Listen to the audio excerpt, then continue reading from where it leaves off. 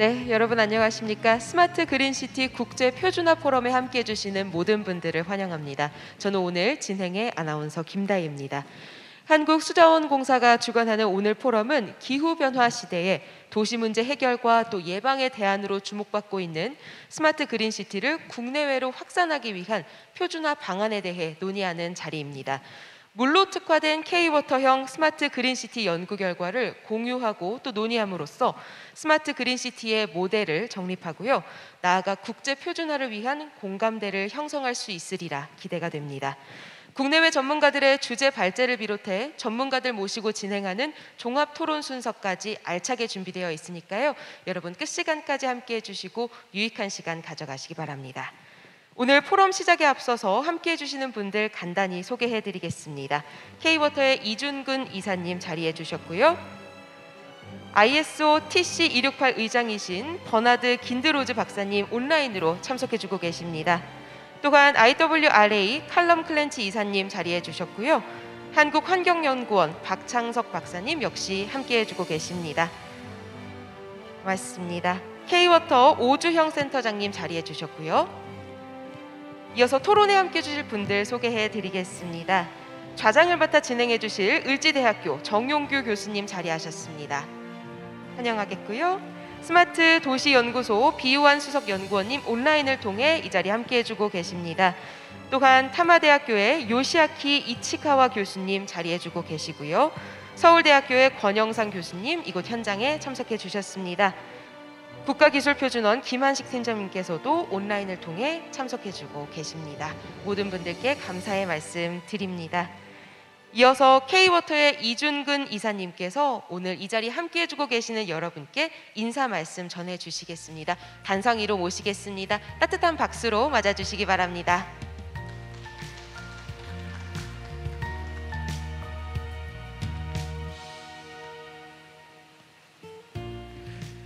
네, 안녕하십니까. K-워터 그린인프라 부분 이사 이준근입니다.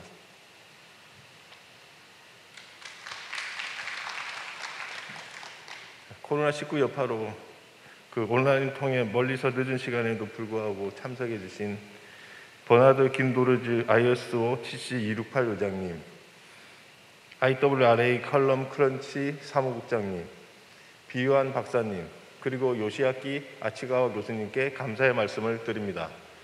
또한 국내 전문가로 참석해 주신 을지대학교 정용규 교수님, 서울대학교 권영상 교수님, 한국환경연구원 박창석 박사님, 국가기술표준원의 김한식 팀장님께도 감사의 말씀을 드립니다. 최근 몇 년 모든 대륙에서는 기후변화에 따른 복합재난이 발생하고 있으며 이에 대한 해결과 예방을 위해 많은 논의와 시도를 하고 있는 것으로 알고 있습니다.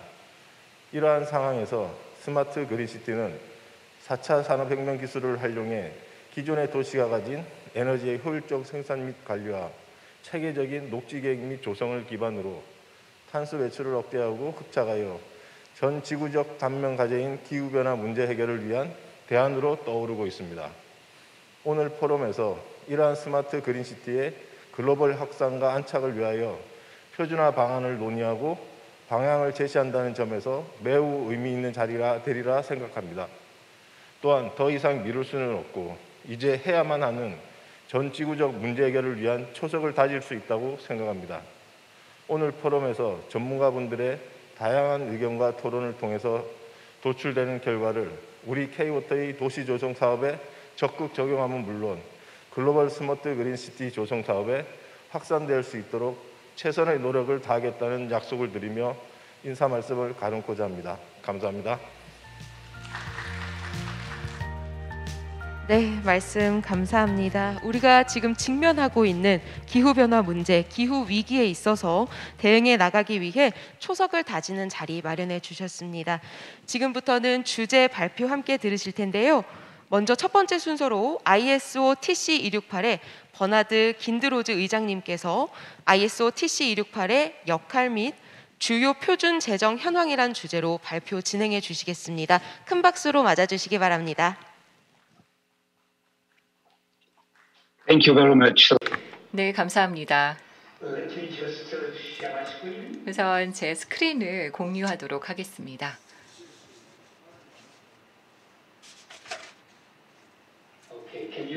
네, 제 발표 자료가 잘 보이십니까? 네, 좋습니다. 여러분 안녕하십니까? 저를 이 흥미롭고 중요한 월드 스마트 시티 엑스포 그리고 특히나 스마트 그린 도시 국제 표준화 포럼에 초대해 주신 것에 대해서 진심으로 감사 말씀드립니다. 저는 간략하게 여러분들께 ISO TC 268의 역할에 대해서 말씀을 드리겠습니다. 그런데 왜 도시인가를 설명을 드리면요. 도시는 지구 면적의 3% 미만을 차지하지만 전 세계 온실가스 배출량의 70% 이상을 배출합니다. 또 전 세계 인구의 50% 이상이 도시에 거주하죠. 그리고 전망에 따르면은 2050년까지 70% 이상이 도시에서 살 것이라고 합니다. 또 UN 세계 도시화 전망에 따르면은 2030년에는 110개의 대도시가 존재할 것이라고 합니다. 그래서 그중 3분의 2는 인구가 1,000만 이상의 메가시티에 도달할 것이라고 하죠. 그래서 도시에는 또 새로운 도전 과제들이 생겨날 것이라고 생각합니다. 이러한 도시에서의 도전 과제들을 보면 굉장히 많죠. 그러나 그 중에서도 우리가 지금 행동을 취해야 하는 문제들이 있습니다. 우리가 양질의 삶을 누리기 위해서 그리고 충분한 자원을 모든 사람들이 누리도록 하고 또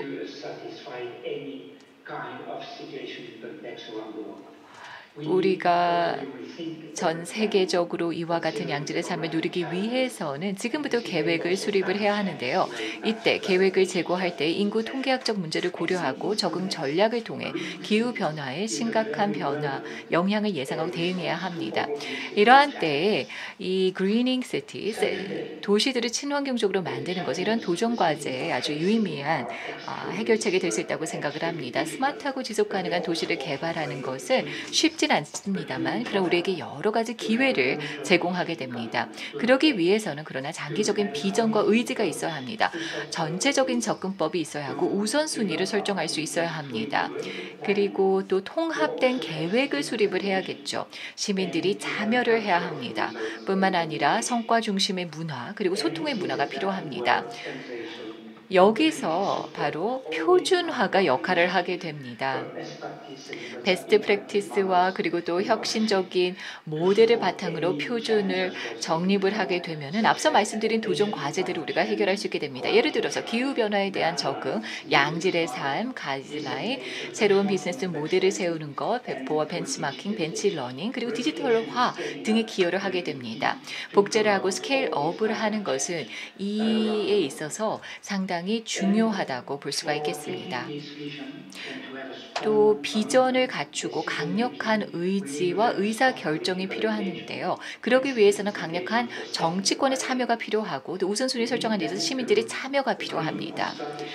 전략에 대한 합의를 도출할 수 있어야 합니다. 그리고 또 목표가 있는 로드맵을 세울 수 있도록 해야겠죠. 또 성과 지표들이 역시 중요합니다. 성과 지표가 있어야만이 계속해서 발전을 하고 성과를 낼 수가 있을 것입니다. 그리고 다음을 위해서 측정을 하고 평가를 끊임없이 해야 하며 그러기 위해서는 계속해서 목표물들을 우리가 모니터링을 하고 측정해 나가야겠죠. 그러기 위해서는 우리는 통합된 교차 부문 접근법이 필요합니다.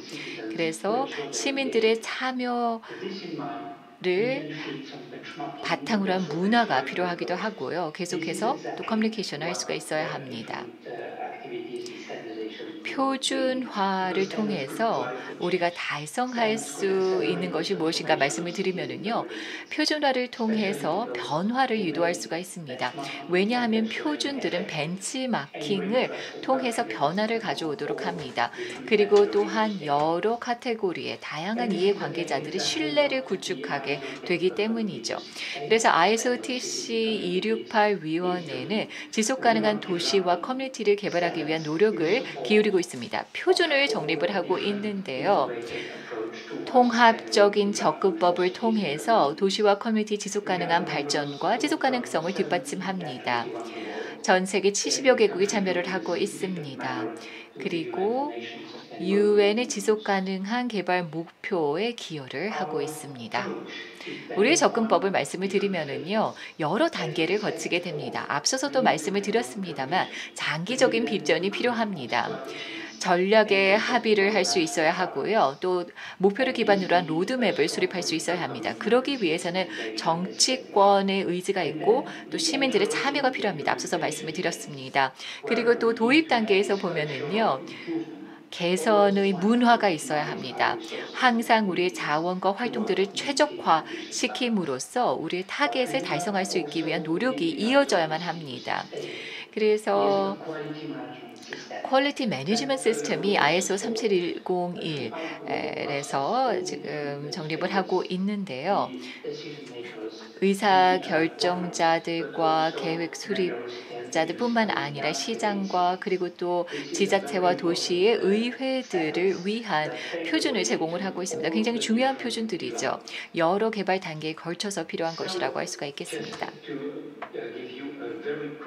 간략하게 ISO TC 268이 어떠한 기여를 하고 있는지를 말씀을 드리겠습니다. 도시가 직면해 있는 도전 과제를 해결하는 데 도움을 어떻게 주고 있는가?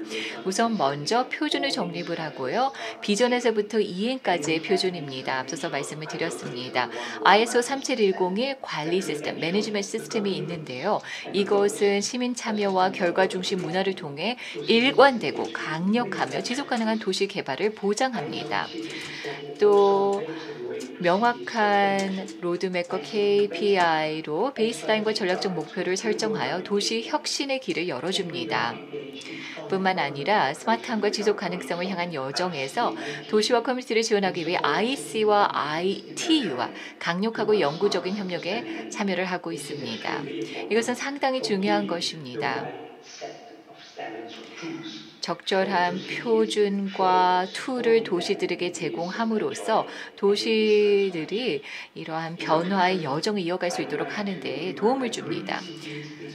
또 도시를 친환경적으로 만들고 녹지 공간을 확보하는 것은 기후변화를 저감하고 또 기후변화에 적응하는 데 상당히 유용합니다.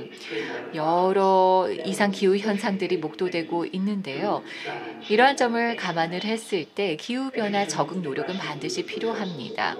또 효율적이고 합리적인 자원의 활용은 도시를 친환경적으로 만드는 데 도움이 됩니다. 그리고 또 도움을 받습니다. 그리고 또 양질의 삶과 일자리 창출, 그리고 또 비즈니스 활성화 등등 기여를 하게 됩니다. 표준은 이와 같은 변화를 가속화시킵니다. 신뢰와 자신감을 구축을 하고요. 또 시민들의 동의와 참여를 이끌어내기 때문입니다. 그뿐만 아니라 확신 있는 의사결정을 내릴 수 있도록 합니다. 모범 사례를 벤치마킹하고 강력한 기술을 참조하며 또 지침을 만들고 또 관리 시스템을 기반으로 해서 의사결정자들이 의사결정을 내릴 수 있도록 하기 때문입니다. 표준들은 또한 투자의 리스크를 줄일 수 있게 해줍니다. 이해 당사자 간 이해관계가 일치할 수 있도록 해주고 또 레퍼런스 프레임워크 및 솔루션을 수립하고 성과 중심의 참여를 이끌어낼 수 있기 때문입니다. 또 마지막으로 드리고 싶은 말씀은요. 이 세 개의 IC, ISO와 ITU 표준 정립 기구들의 강력한 협력 덕분에 우리는 도시와 지역사회를 더욱더 지원할 수 있게 되었고요. 뿐만 아니라 이 협력을 바탕으로 UN SDG를 뒷받침할 수 있게 되었습니다.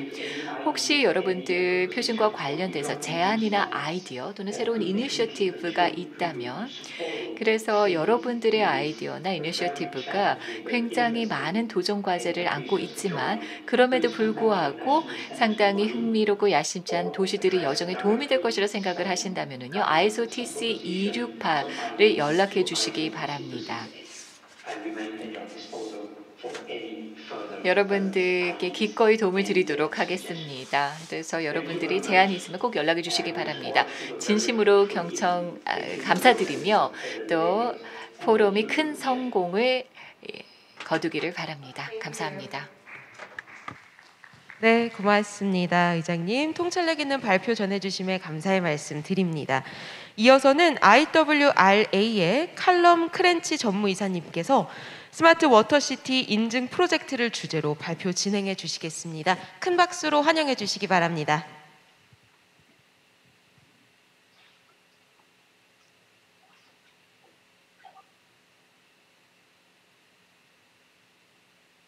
Thank you. 감사합니다. 네, 여러분 안녕하십니까. 소개받은 대로 저는 칼럼 클래치라고 합니다. 국제수자원학회 IWRA의 전무이사로 재직 중입니다. 비정부 비영리의 지식공유 기관으로서 50년 전에 창립이 되었습니다. 저희는 학생들과 전문가들, 기관들, 또 개인들 중에서도 특히 수자원의 지속가능한 관리에 관심 있는 모든 사람들을 연결해주는 역할을 하고 있습니다.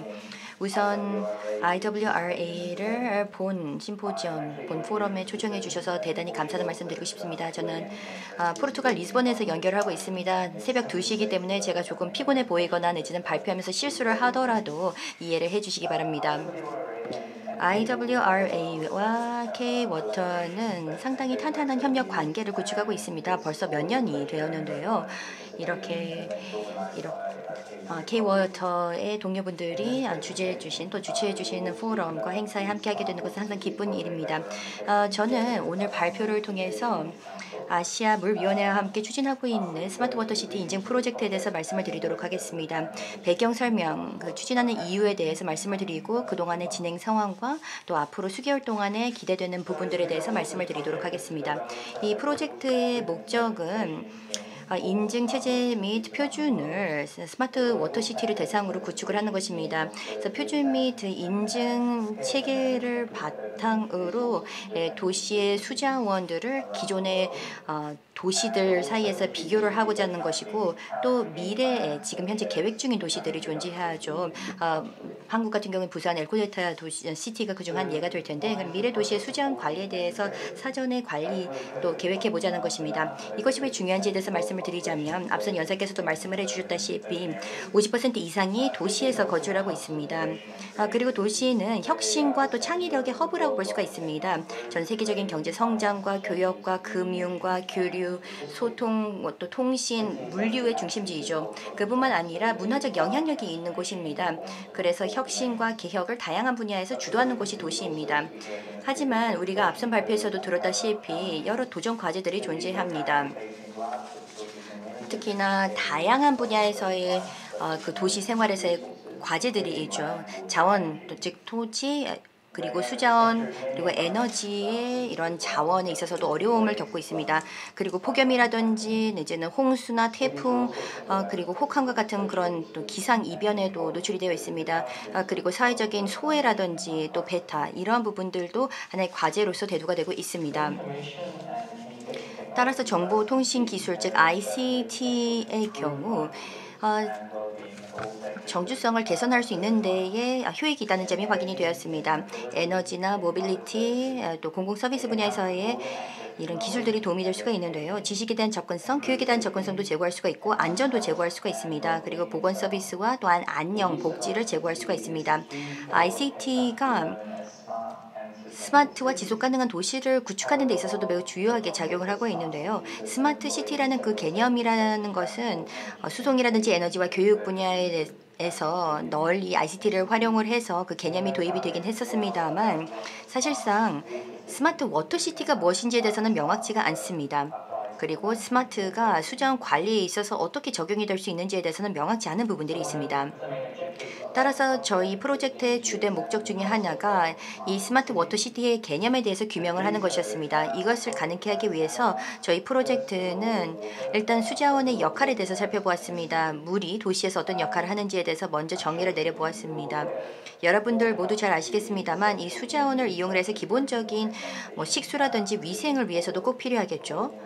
그리고 그 외에도 모든 주민들을 위해서 필요한 필수 요소입니다. 그래서 인간의 안녕이라든지 사회 경제적 발전을 위해서도 필수입니다. 그런데 수자원이 또 다른 기능들을 수행을 합니다. 도시 주변의 온도도 조절하는 기능을 하고 있고 또 각종 또 지리적인 특징들 또 경관들을 탄생시키는 것도 바로 물이라고 볼 수가 있습니다. 그래서 주민들이 누릴 수가 있는 것이죠.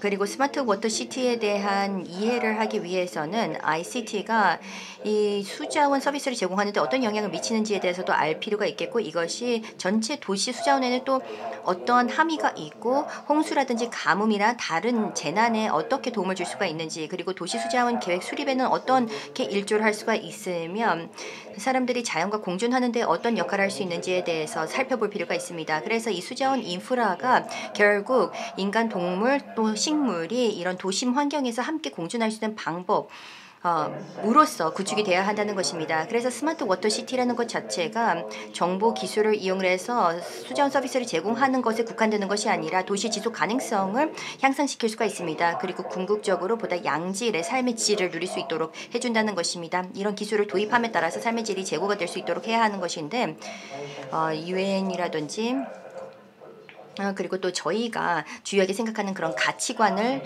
가장 주된 원칙으로 삼고 있습니다. 그렇다면 이런 워터의 스마트의 정도를 어떤 식으로 측정을 할 수가 있을까요? 그리고 이 도시 수자원의 지속 가능성은 어떻게 개선할 수가 있을까요? 그렇게 하기 위해서는 KPI, 즉 여러 지표들이 필요합니다. 이 주요 성과 지표들이 있어야지만 도시의 상태에 대해서 파악을 할 수가 있겠고, 어떻게 개선을 할 수 있는지에 대해서 파악을 할 수가 있습니다. 스마트 워터 시티 프로젝트는 그리하여 KPI들을 또 정의 내리게 됩니다. 그리고 이것을 도입을 하여서 스마트 도심 수자원 관리를 여러 국가, 여러 도시 간에 비교를 할 수 있게 될 것입니다. 이 목표를 달성을 하기 위해서 해당 프로젝트의 타임라인을 3단계로 나누어서 진행을 하고 있습니다. 일단 1단계에 대해서 말씀을 드리자면, 여기서 스마트 워터 시티를 정의 내리고 기존의 글로벌 표준이 무엇인지를 분석을 하고 어떤 지표가 존재하는지, 어떤 인증 체계가 있는지를 분석하게 됩니다. 이것이 다른 단계를 위한 그런 기본 초석을 다진다고 볼 수가 있겠고요. 2단계는 다음 해부터 시작이 되는데, 여기서는 임팩트 측정에 들어가게 됩니다. 그래서 글로벌 표준과 KPI와 인증 체계들을 바탕으로 하여서 어떠한 임팩트가 있는지에 대해서 파악을 하는 작업을 하겠고요. 3단계는 2023년부터 시작을 하게 되는데, 저희가 2단계에서 수립한 인증 제도를 구축을 하고 이것을 어떤 실제 환경에서 시범적으로 운영을 하게 됩니다. 그래서 이 프로젝트의 1단계에 대해서 조금 더 말씀을 드리자면, 저희는 스마트 워터 시티가 무엇인지를 보다 명확히 하는 작업을 하게 되고, 수자원과 물과 도시가 어떤 기능을 수행을 하는지에 대해서 보다 면밀하게 살펴보게 됩니다. 그래서 식수라든지 또 위생을 위해서 물의 역할, 그리고 그 외에도 여러 가지 기능들, 또 이점들에 대해서 명확히 파악을 하는 것이 필요합니다. 그리고 스마트 워터 시티가 단지 ICT 기술이 도시 수자원 공급에 어떤 영향을 미치는지도 있지만, 그뿐만 아니라 이것이 도시 수자원 자체에, 즉 재난이나 홍수나 가뭄과 같은 이런 재난과 또 재앙, 또 열섬 현상이라든지 또 혹한과 같은 그런 상황들에서 어떻게 역할할 수 있는지에 대해서도 살펴보게 됩니다. 그리고 1단계에서는 우리가 기존에 있는 표준들도 살펴보게 되는데요. 여기에도 몇 가지 사례들이 나와 있습니다.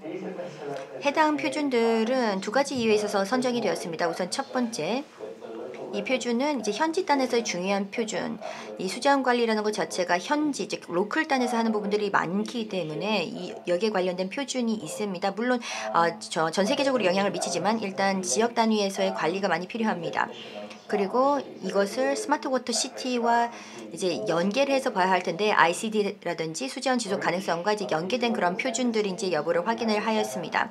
그래서 이런 표준들을 일단 선정을 하여서 각각의 매트릭스와 또 어떤 지표들을 갖고 있는지를 살펴보았고, 이런 모든 정보들을 취합해 보면 이런 표준들이 어떻게 구동 내지는 운영이 될 수 있는지에 대해서 알 수가 있습니다. 각각의 표준이 갖고 있는 장단점에 대해서 파악을 하고, 그리고 또 어떠한 교훈들을 얻을 수 있었는지에 대해서 다시 한번 검토를 하면서 보다 나은 스마트 워터 시티 KPI와 인증 체계를 구축을 하는데 활용을 하게 됩니다.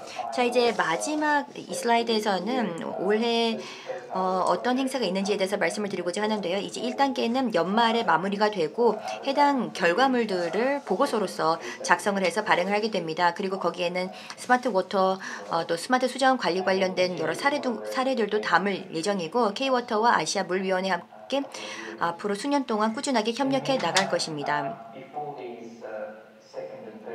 2단계와 3단계가 시작되기에 앞서서 여러분들께 주요 행사에 먼저 초청을 해드리고 싶습니다. IWRA 세계 물총회가 한국 대구시에서 개최가 될 예정입니다. 11월 29일에서 12월 3일까지 개최가 될 예정인데 이 자리에는 연구원들, 정책 입안가들 또는 수자원 전문가들이 한 자리에 모이게 됩니다.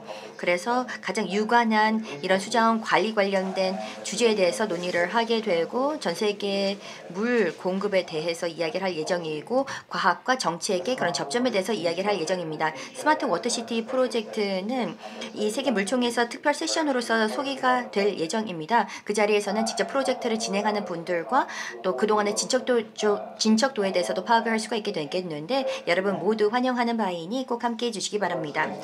자, 그러면 다시 한번 여러분들 이렇게 K-워터와 꾸준하게 협업할 수 있는 그런 기회가 있기를 바라며 앞으로도 이 프로젝트에 대해서 더 말씀을 드릴 수 있는 기회가 있기를 바랍니다. 감사합니다. 네, 발표 감사합니다. 이어서는 국내 전문가분들의 발표 함께 하시겠습니다. 먼저 한국형 스마트 그린시티 추진 방안에 대해서 한국환경연구원의 박창석 선임연구위원님께서 진행해 주시겠습니다. 큰 박수로 맞아주시기 바랍니다.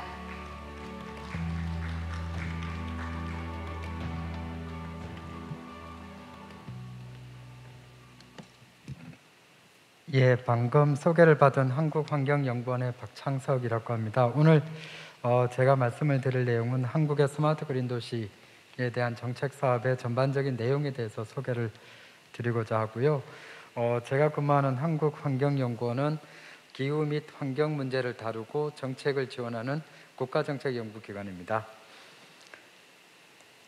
예, 전반적인 내용입니다. 전체적으로 개요를 조금 앞에 설명을 드리고 두 번째는 제가 오늘 말씀드리고자 하는 주제의 스마트 그린 도시가 어떻게 출발하게 되었는지 어떤 내용들을 담고 있는지 말씀을 드리고 세 번째는 현재 어떤 상황에 있는지를 좀 말씀드리고 마지막으로 미래의 발전 방향을 간단하게 말씀을 드리고자 합니다. 백그라운드입니다. 잘 아시는 것처럼 전 세계 2%에 불과한 도시에서 그 전 세계 인구의 55%가 살고 있고요. 현재 이런 측면에서 지금의 전 세계는 도시의 시대다라고 선언하기에 이르게 됩니다. 역시 도시는 GDP의 80%를 차지하고 있고요. 이런 다양한 경제적 활동이 집중되고 그리고 인구가 모여설므로 인해서 그 에너지 소비의 66%, 그다음 온실가스 배출의 75%를 차지하고 있습니다. 앞으로의 도시는 더 많이 성장할 것으로 판단되고요. 인구 비율의 경우는 2050년까지 68%까지 도시가 성장하고 도시 지역도 지금보다 2배 가까이 성장할 것으로 판단되기 때문에 결국은 도시가 바뀌지 않고 도시가 좀 더 친환경적으로 바뀌지 않고서는 지구의 환경 문제 혹은 지역의 환경 문제를 해결하기는 참으로 어렵다고 판단할 수 있습니다. 그 자연재해도 계속 증가하고 있는데 전 세계적으로도 자연재해는 기후 변화의 증가에 따라서 계속 증가하는 추세를 보여드리고 있고요. 저희 대한민국의 경우에도 그 폭염이라든지 한파와 같은 기후 위험의 같은 경우에도 미래 10년 동안에 현재보다 약 1.8배 정도 증가할 것으로 추정이 되고 있습니다. 그 다음에 생활환경에 대한 오염도 계속 심각해지고 있고요. 대기 오염으로 인해서 사망자 수가 매년 800만 명에 이르고 있고요. 저희 대한민국의 경우에도 61억 개의 한 번 쓰고 버리는 컵이라든지 플라스틱 봉투와 같은 것들도 2,200만 개를 매년 사용하고 있습니다. 그만큼 많은 그런 생활 쓰레기 오염으로 인해서 이런 자원의 순환을 좀 더 적극적으로 개선하고 지속 가능한 순환형 자원 시스템으로 좀 개선될 필요가 있습니다. 그다음에 그 생물 다양성과 자연 공간에 대한 부분들도 도시의 확장이나 도시의 성장에 따라서 지속적으로 감소하고 위협을 받고 있습니다. 저희 대한민국의 경우에도 1985년부터 과거 30년 동안의 추세를 봐보시면 우리가 친환경 용지라고 얘기할 수 있는 하천 용지라든지 산림 용지라든지 혹은 농경 용지 같은 경우는 지속적인 감소 추세를 보여드리고 있습니다. 그렇지만 2010년대를 전후해서 하천 용지에 대한 그 감소 추세가 줄어들고 약간의 증가 추세로 전환되고 있는 특성들을 보여드리고 있는데요. 이것은 저희들이 그동안 정부와 지역 혹은 주민들이 같이 협력해서 생태도시를 생태하천으로 복원하고 그다음에 습지에 대한 적극적인 보존 노력을 기울여온 결과라고 판단할 수 있습니다. 2020년 7월에 저희 대한민국에서는 한국판 뉴딜 정책을 발표하기 이르렀습니다. 그래서 대전환을 위한 국가 전략을 정립해서 발표를 했었고요. 이 대전환에 대한 국가 전략의 목표는 결국 녹색 경제, 즉 지금까지 탄소에 의존하는 경제에서 탄소를 줄이는 탄소 중립형의 녹색 경제로 발전하겠다라는 목표하에 2+1 전략을 추진하게 되었습니다. 그래서 디지털 뉴딜, 그린 뉴딜, 그리고 이러한 디지털과 그린 뉴딜의 전환 과정에서 발생할 수 있는 여러 가지 실업이라든지 취약계층의 보호를 위한 사회 안전망 강화를 틀로 해서 2+1 전략을 마련했고요. 저희가 오늘 말씀드리고자 하는 주제의 스마트 그린 도시는 그린 뉴딜의 인프라의 녹색 전환에 해당되는 대표적 사업 중에 하나입니다. 아까 조금 전에 말씀드린 인프라의 녹색 전환은 크게 3가지 사업으로 구성이 되어져 있는데요. 첫 번째는 건물 분야의 그린 리모델링을 확대하는 사업이 되겠습니다. 그래서 건물과 관련해서는 그린 리모델링과 에너지 효율을 높이고, 그다음에 학교를 중심으로 해서 그린 스마트 스쿨을 적극적으로 보급하는 것을 담고 있고요. 그다음에 국토라든지 자연, 해양에 대한 생태 시스템을 개선하는 측면에서 도시 숲이나 자연 복원, 해양 복원과 함께 스마트 그린 뉴딜 사업을 대표 사업으로 해서 추진하고 있습니다. 마지막으로는 깨끗하고 안전한 물 공급을 위한 물관리 시스템을 제안하고 있습니다. 스마트 그린 도시에 대해서 짧게 말씀을 드리도록 하겠습니다. 스마트 그린 도시는 자연과 인간의 조화를 위한 지속가능한 미래 도시를 구현한 것을 기본적인 목표로 가지고 있고요. 그 SDG 11번인 지속가능한 도시와 커뮤니티를 구현하는 것을 지향하고자 합니다. 이 스마트 그린 도시의 경우에는 크게 3가지 전략적 목표를 가지고 있는데요. 첫 번째는 기후변화 대응입니다. 갈수록 높아지는 기후 위험에 대응할 수 있도록 기후 탄력을 강화하고 기후변화의 원인이 되는 온실가스를 적극적으로 줄이고자 합니다. 두 번째는 포용성입니다. 기후변화에 취약한 계층이나 지역에 대한 적극적인 보호 조치를 취하고, 그 다음에 주민 참여를 적극적으로 장려함으로 인해서 사회적 신뢰와 응집성을 높이고자 합니다. 마지막으로는 환경적 질입니다. 지금까지의 압축적 저희 도시의 개발과 성장 과정에서 발생하는 자연환경의 훼손을 치유하고, 그 다음에 환경 오염을 개선하고자 하는 목적을 가지고 추진하고 있습니다. 이러한 것들을 추진할 수 있도록 지방자치단체는 사업의 성과를 낼 수 있는 다양한 사업들을 결합시켜서 지역에 맞는 사업들을 발굴해서 추진하도록 하고 있고요. 중앙정부는 이러한 지역의 사업들이 잘 진행될 수 있도록 필요한 예산을 지원하고 그 지역의 사업들을 혁신하는 것을 촉진시키고 확산시키는 노력들을 가지도록 지방자치단체와 중앙정부의 역할을 분담해서 진행하도록 계획을 세웠습니다. 스마트 그린 도시의 영역은 크게 4가지 영역으로 구분되어지는 10개 사업 유형으로 진행될 예정입니다.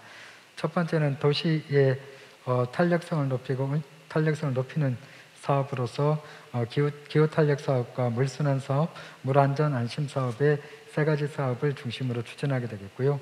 두 번째는 탄소 중립과 저배출 사업으로서 미래의 전기차 사업과 자원 순환에 대한 사업들을 가지고 있습니다. 세 번째는 생태 보건과 관련된 사업으로서 생태 보건과 생태 휴식, 생태 체험에 관련된 내용들을 지역에서 필요한 지역들에 대해서 추진해서 할 수 있고요. 마지막은 인간의 삶의 질과 관련된 영역으로서 대기에 대한 부분과 그 다음에 생활환경에 대한 개선, 그리고 환경교육에 대한 부분들을 가지고 진행할 예정입니다. 사업에 대한 컨셉들입니다. 이러한 10가지의 사업 유형은 각각을 중심으로 개별적으로 사업이 추진되는 것이 아니고 하나의 공간을 중심으로 해서 이 각각이 서로 유기적으로 연계되고 융복합되어서 시너지 효과와 공편익을 발생할 수 있도록 사업을 설계를 할 예정입니다. 그래서 비가 내리는 물이 순환하는 도시로 만들어지는 저장된 물은 생태 복원에서 필요한 물을 공급하고, 기후 탄력에 대응하기 위해서 클린 로드나 폭염에 대응하는 물로서 활용하게 되는 그런 형태의 사업 모델을 가지도록 추진하고 있습니다. 전반적인 사업의 컨셉들을 보여주는 그림입니다. 2019년에 저희는 스마트 그린 도시 사업 추진을 위해서 2가지 유형의 사업을 진행했습니다. 첫 번째는 지역의 문제를 해결하는 데 초점을 둔 문제 해결형 사업으로서 진행을 했었고요. 두 번째는 지역의 문제를 해결하지만 좀 더 대표적인 선도 모델로서의 가능성을 보여줄 수 있는 종합 선도형 모델로서 사업을 추진해 왔습니다. 각각에 대해서는 20개, 5개씩 나누어서 총 25개의 사업을 추진하고자 계획을 세웠습니다. 사업을 저희들이 선정하거나 추진하기 위해서 필요한 평가 기준을 제시하고 있습니다. 이러한 사업을 선정하기 위한 방식으로서는 저희들이 컨테스트 방식이라고 하는 공모 선정의 방식을 활용해서 진행했었고요. 그 다음에 이제 사업에 대한 컨설팅 혹은 사업에 필요한 여러 가지 제반적인 지원을, 지자체에 대한 지원을 할 수 있도록 지원기구를 두어서 진행을 했습니다. 예, 현재 그 스마트 그린 도시에 대한 현황을 말씀드리겠습니다. 아까 말씀드린 그 계획에 따라서 2020년 총 25개의 스마트 그린 도시 사업이 대한민국 전역에서 진행을 되고 있습니다. 종합 선도형과 관련해서는 5개 시와 농촌 도시에서 진행이 되고 있고요. 그다음 문제 해결형 사업과 관련해서는 20개의 지방자치단체에서 관련된 사업을 진행을 하고 있습니다. 첫 번째로서는 저희들이 그 진행되고 있는 현재 프로젝트에 있어서의 좀 주요한 사례들을 좀 말씀을 드리고자 합니다. 첫 번째는 기후 탄력과 관련된 사업입니다. 깨끗한 공기나 기후 탄력에 대응할 수 있도록 하기 위해서 클린 로드에 대한 사업과 그다음에 클린 버스 쉘터에 대한 시설을 설치하고 여기서 필요한 물이라든지 하는 것들은 바로 인접한 공간, 인접한 지역에서 그 물 저장고를 만들고 물 순환을 높여가지고 만드는 물 저장고를 재활용하는 시스템을 꾸려서 추진하는 사례가 있습니다. 다음엔 로우 에미션과 관련해서는 전기 충전기에 대한 보급을 촉진시켜서 다양한 교통수단에서 필요한 편의성을 높이고 있고요. 두 번째는 자원순환 시설을 설치해서 스마트 쓰레기통부터 해서 집화부터 해서 처리하는 시스템의 일관된 처리 모델을 갖추고 여기에서 움직이는 교통수단은 아까 말씀드린 전기 충전기 시설을 활용해서 활용할 수 있도록 하는 시스템 체계를 구축하였습니다. 세 번째는 그 생태보건입니다. 그 자연 탐방로라든지 환경교육이라든지 혹은 그 관망대라든지 하는 것들에 대한 생태보건 시설을 구성하고 이러한 것들이 실제 그 소재를 개선할 수 있도록 기여함으로 인해서 해당 지역에 있는 생물 다양성을 증진시키는 역할을 가져갈 수 있도록 계획을 하였습니다. 마지막으로서는 그 에어 퓨리피케이션 버스탑이라고 하는 사람들이 들어오게 되면 들어오는 것을 감지해서 공기를 정화시키는 기능을 활성화시키고 강력하게 움직이도록 하는 버스 쉘터를 조성을 했었고요. 그 다음 사례로서는 환경 패트롤 시스템을 두어가지고 IoT 기반으로 실시간으로서 열이라든지 미세먼지라든지 악취와 관련 것을 감시하고 모니터링하고 그런 정보를 주민에게 전달해주는 그 스마트 인바이러먼트 시스템을 좀 만들어서 현재 추진을 하고 있습니다. 미래의 방향입니다. 아까 말씀드린 대로 스마트 그린 도시의 사업은 그 지속가능 발전 11번의 목적이 되는 지속가능 도시와 커뮤니티를 위한 사업을 목적으로 해서 꾸준히 진행을 할 계획이고요. 특히 기후 위기에 적극적으로 대응할 수 있도록 탄소 중립에 대한 내용을 보다 더 강화해서 관련된 사업들을 지속적으로 추진하도록 하겠습니다. 그리고 이러한 다양한 사업들을 추진을 해서 스마트 그린 도시의 좋은 모델들을 발굴하고 이러한 좋은 모델을 표준화하고 그것들을 저희 대한민국에서도 확산시키고 전 세계에도 많은 확산을 할 수 있도록 그 준비를 하고 있습니다. 이런 것들을 하기 위해서 필요한 표준화의 방법 혹은 표준화에 대한 지침에 대한 연구들과 논의들도 지속적으로 끌고 나가서 전 세계가 앞으로의 어떤 미래 위험인 기후 위기에 대응하고 환경을 개선할 수 있는 좋은 사례로서 자리 잡기를 희망하고 있습니다. 이상입니다. 감사합니다. 네, 박사님 발표 감사합니다. 이어서는 K-워터 미래도시센터 오주형 센터장님께서 스마트 그린시티 KPI에 대해서 발표 진행해 주시겠습니다. 따뜻한 박수로 맞아주시기 바랍니다.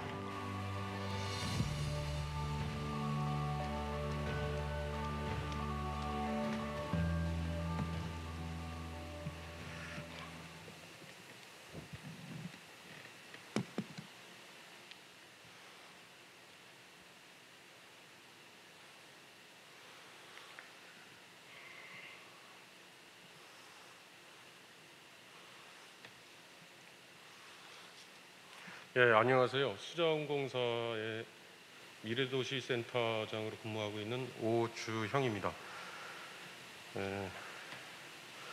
저는 부산 에코 델타 스마트 시티의 현재 건설 중인 계획 지표에 대해서 말씀드리겠습니다.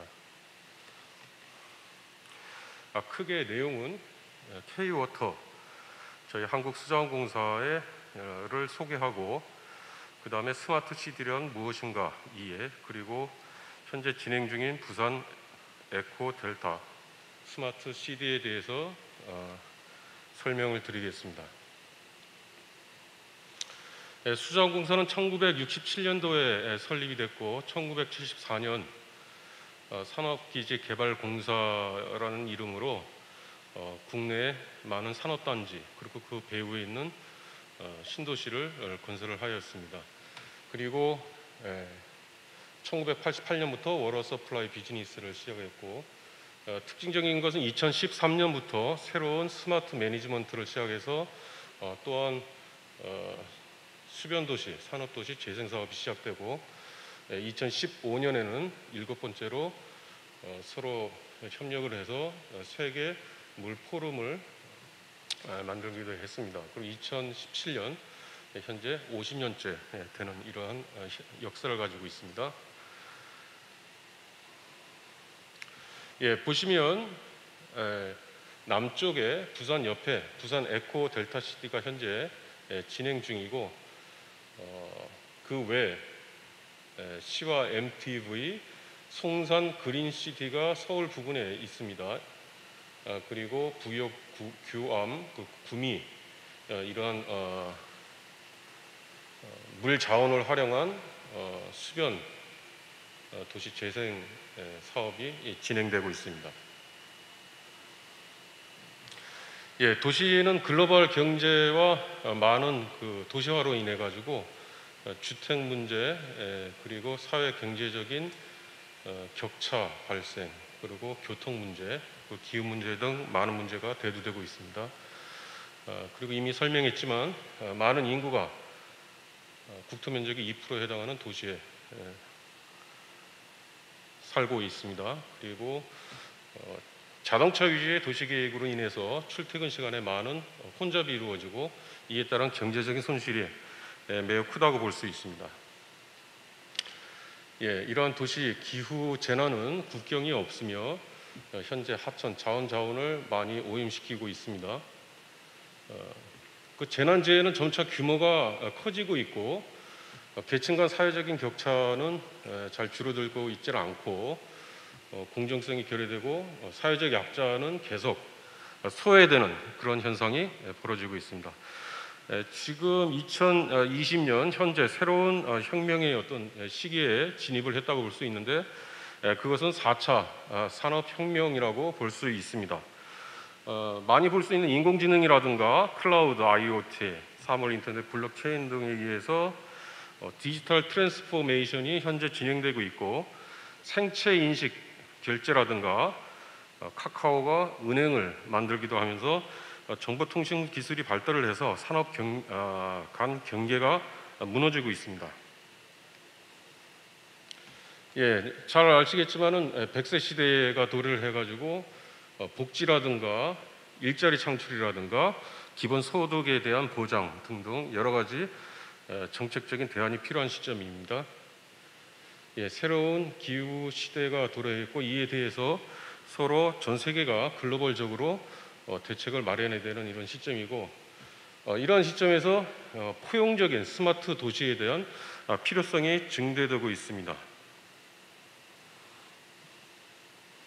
그럼 포용적인 도시란 무엇인가? 사람에게 공정한 기회를 제공하고 자연과 인간은 서로 공생할 수 있고, 4차 혁명 기술은 시민의 삶을 질을 향상시키는 그러한 취지를 가지고 있습니다. 부산 델타 CD를 간략히 설명드리겠습니다. 전체 부산 에코 델타 CD는 1180만 제곱미터 정도 되고, 칼라로 보이는 가운데 있는 면이 스마트 시티 내셔널 파일럿 프로젝트입니다. 2018년도에 시범 도시로 진행된 곳이고 약 2.8km제곱미터의 크기를 가지고 있습니다. 280만 제곱미터 정도 됩니다. 그리고 전체 인구는 약 7만 5천 명 정도 계획 인구를 수립하였고 2028년에 채공 준공을 목표로 하고 있습니다. 그리고 제일 오른편에 보시는 스마트 빌리지 같은 경우는 약 2만 제곱미터 정도 되는 크기에 약 56세대가 시범 단지로 올해 말 준공을 목표로 현재 진행되고 있으며 혁신 프로젝트와 함께 다양한 시민의 거주자의 요구를 반영하는 리빙 랩이 진행될 예정입니다.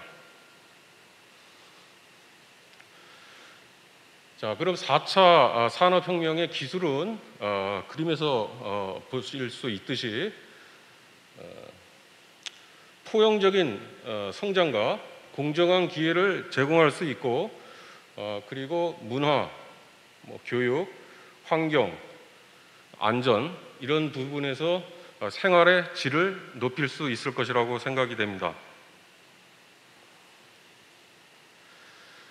자, 보시면은 세 가지 저희가 지표를 설정하는 과정을 설명을 드리겠습니다. 크게 핵심 키워드가 사람, 자연, 기술 이렇게 세 가지로 분류가 되고 사람과 일가 그리고 여가가 밸런스를 이루고 있는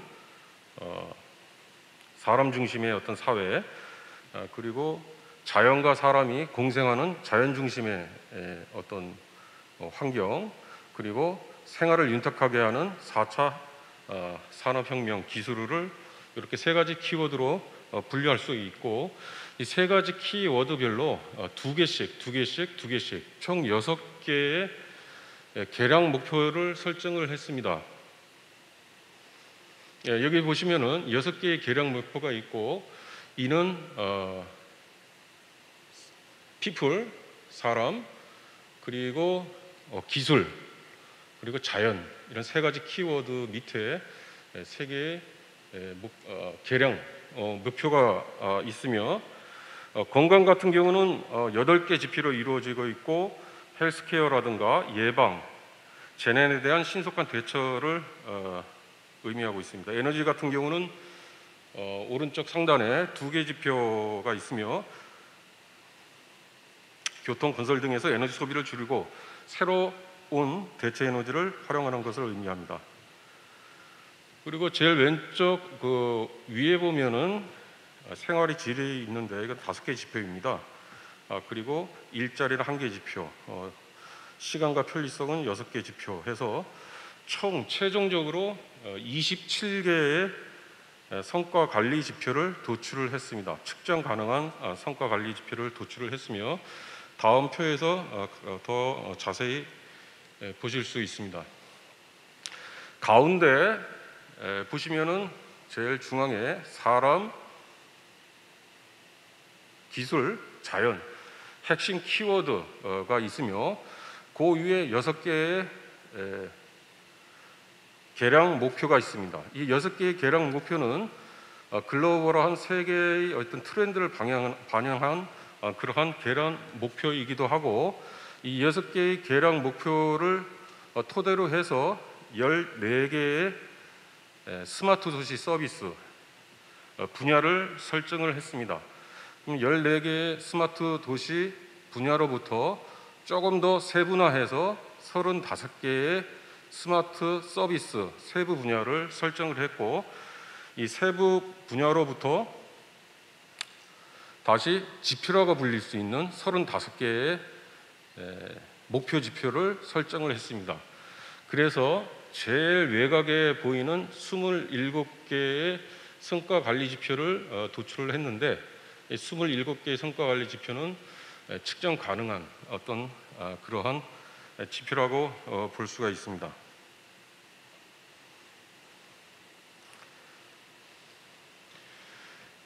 예, 지금부터는 그 목표 계량 지표로부터 세부 27개의 성과 관리 지표를 다 설명을 드리지는 못했지만 그 예시를 이렇게 간략하게 설명하면서 저희 부산 델타 CD를 계획하고 건설하는 과정 속에서 어떠한 과정 속에서 목표와 그다음에 스마트 서비스 분야 그리고 성과 관리 지표가 어떻게 연계되는지 설명을 드리고, 이는 지금 현재 진행 중인 R&D 과제하고도 관련이 됩니다. 그래서 올해 첫 R&D 과제하고도 관련이 되는데, 앞으로 ISO 국제 표준화 인증을 받기 위해서 저희가 보편적인 글로벌한 표준에 맞도록 그러한 기준을 마련할 생각입니다.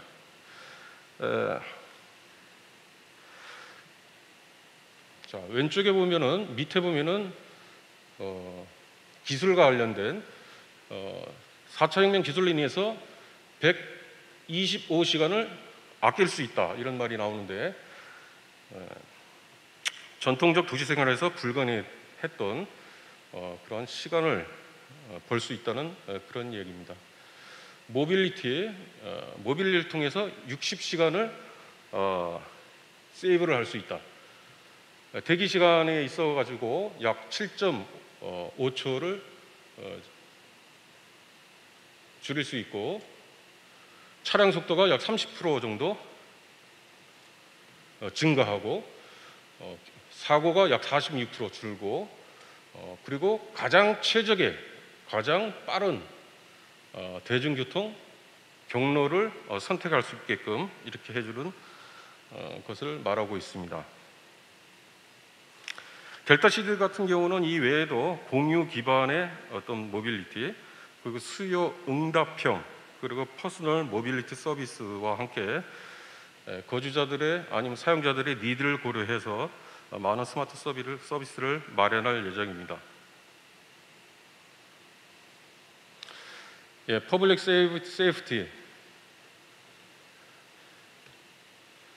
35시간을 세이빙 할 수 있다고 나오는데요.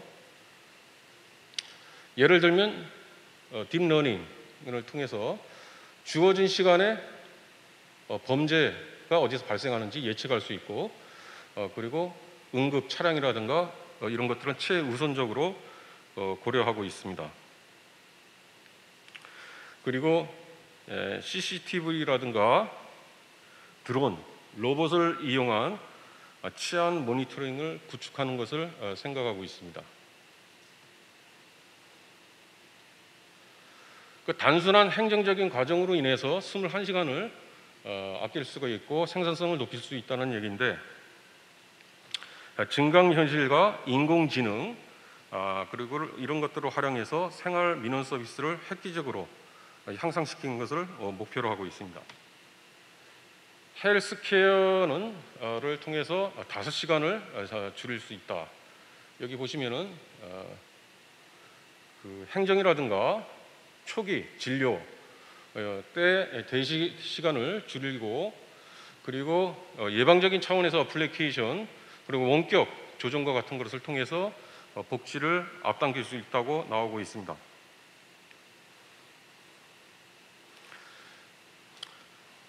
EDC, 즉 부산 델타 시드 같은 경우는 크게 예방, 그리고 예측, 개인 맞춤형, 그리고 시민 참여 중심으로 4P 미래 의료 서비스를 구축하고 계획하고 있습니다.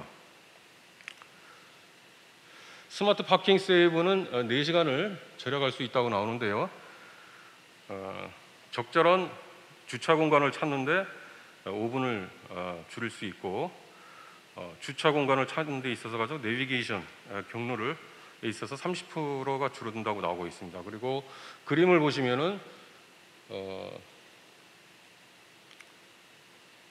소유주의 빈 주차 공간을 활용할 수 있고, 그 다음에 플랫폼과 연계된 모빌을 통해서 적절한 정보를 확인할 수가 있습니다.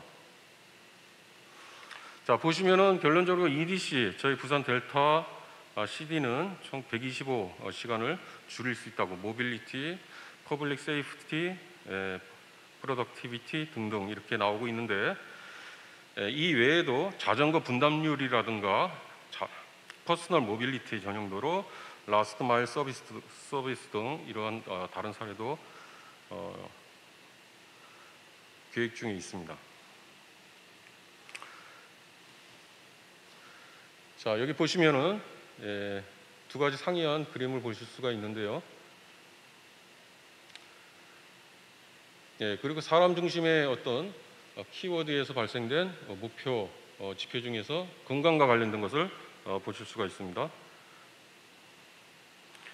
헬스케어라든가 예방 차원에서 재난에 대한 신속한 대응을 하는 어떤 그런 차원이고요. 걸을 수 있는 도시는 5년을 제공한다.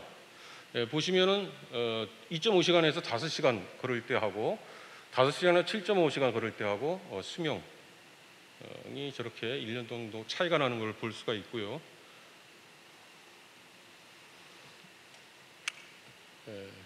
경제적으로 비용을 절약할 수 있고 뭐 이런 것들이 나오고 있습니다. 예를 들어서 홍수가 발생했을 때 6시간 미리 예측을 한다든가, 그리고 화재가 발생했을 때 5분 안에 초동 대응을 한다든가, 그리고 지진이 발생했을 때 25초 안에 경고를 하고 범죄율을 25% 줄이는 것이 나와 있습니다. 예를 들어서 해저 강 케이블에 센서를 부착한다든가, 뭐 도시 플랫폼 연계, 대피 격리를 한다든가, 피해 현황을 집계한다든가 이런 서비스도 생각하고 있습니다. 그래서 시민들이 5년 더 수명을 연장하고 건강한 생활을 보장하는 그러한 취지를 가지고 있고요. 자, 일과 여가가 조화를 이루는 사람 중심의 개량 목표에서 보시면 퀄리티 오브 라이프, 생활의 질이 나와 있습니다.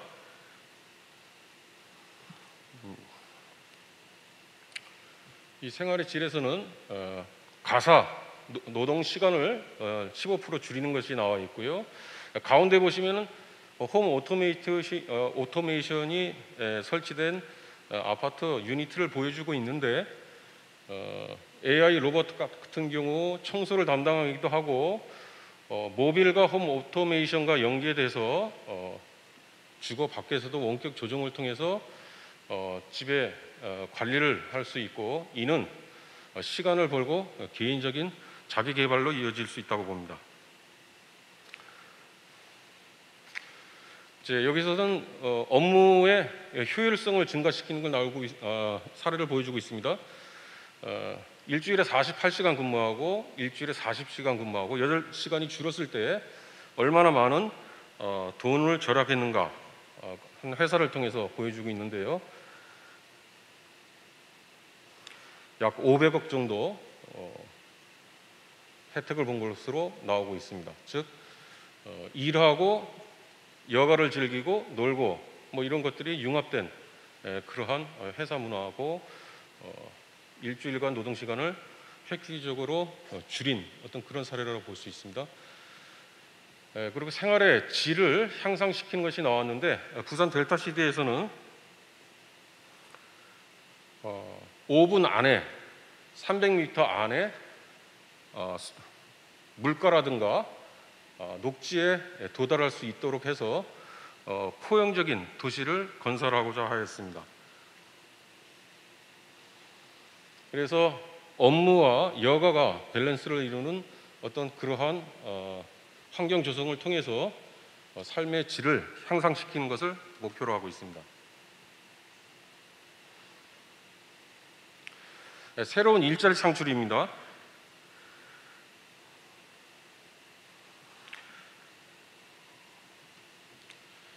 현재 저희 목표는 28,000명의 새로운 일자리를 마련하는 것을 개량 목표로 정하고 있습니다. 보시면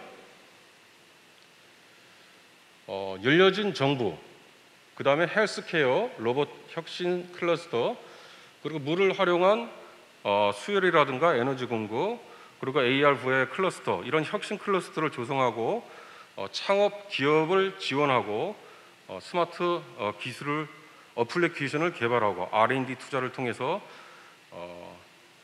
혁신적인 산업 생태계를 조성할 수 있고, 부산 같은 경우 동남권에 산업 벨트가 이렇게 형성되어 있습니다. 그래서 주변에 산업 벨트와 연계되면은 새로운 일자리가 28,000개 이상으로 생길 거라고 그렇게 목표를 삼고 계획을 추진 중에 있습니다.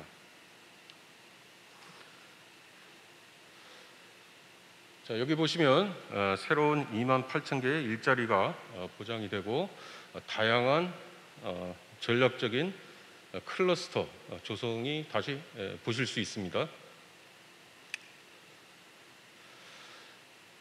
자, 자연 중심의 어떤 개량 목표에서 발생되는 한 가지 재생에너지인데, 재생에너지 같은 경우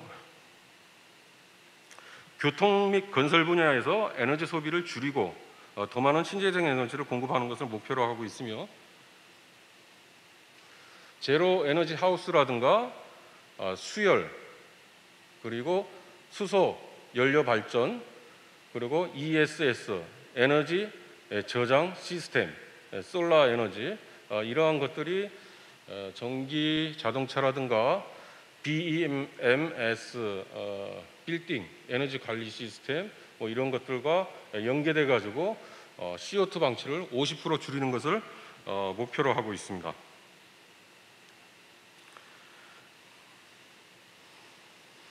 예, EDC는 전체 100% 재생에너지로부터 소비되는 그러한 건설을 목표로 하고 있고요. 이제 리사이클을 100% 생각하고 있는데,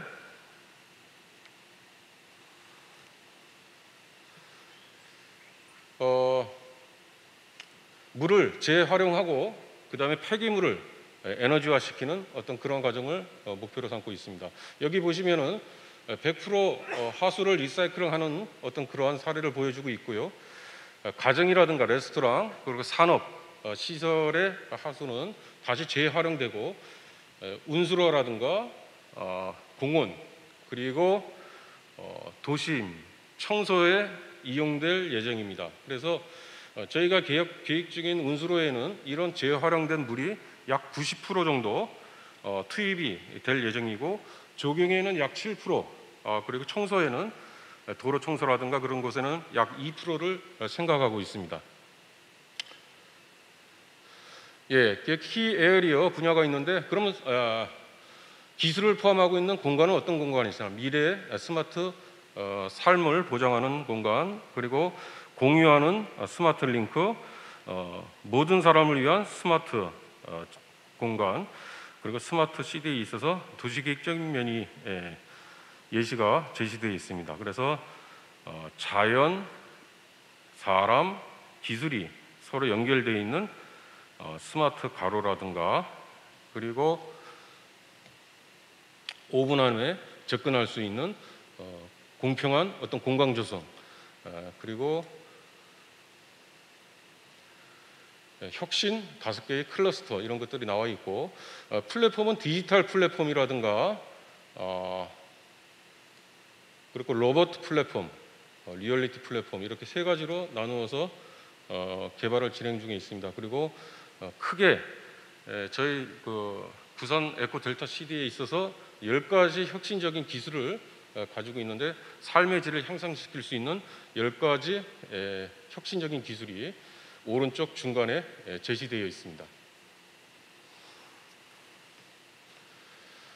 끝으로 저희가 12월 말에 완공 예정인 스마트 빌리지에 대해서 간략히 보여드리겠습니다. 스마트 빌리지는 리빙랩을 통해서 혁신 기술을 시민들의 어떤 의견이라든가 요구를 반영해서 평가하는 어떤 그러한 실증 사업이 진행될 예정이고, 5년 동안 거기 거주하는 거주민이 리빙랩에 참여해서 다양한 요구를 제시하고 저희들은 수렴할 예정입니다.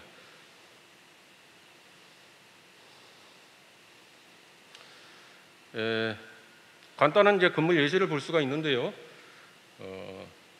물순환 회복을 위해서 빗물을 재활용한다든가, 깨끗한 물을 공급하기 위한 분산형 스마트 정수장 한 3층짜리가 되는데요.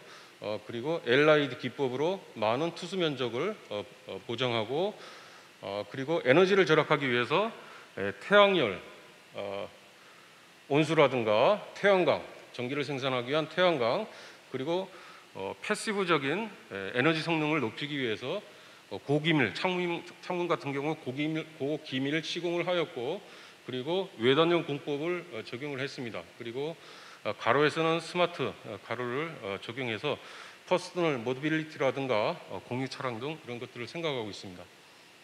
자, 이것은 12월 말에 준공 예정인 56세대의 스마트 빌리지의 모습입니다. 자, 그럼 이만 모든 것을 마치고 지금까지 경청해 주셔서 감사합니다. 네, 센터장님 발표 감사합니다. 이렇게 국내외 전문가 4분의 발표 함께 하셨습니다. 4분께 다시 한번 감사의 말씀 드립니다. 잠시 5분 정도 휴식하신 후에 전문가들 모시고 종합토론 진행하겠습니다. 5분 뒤에 다시 뵙겠습니다.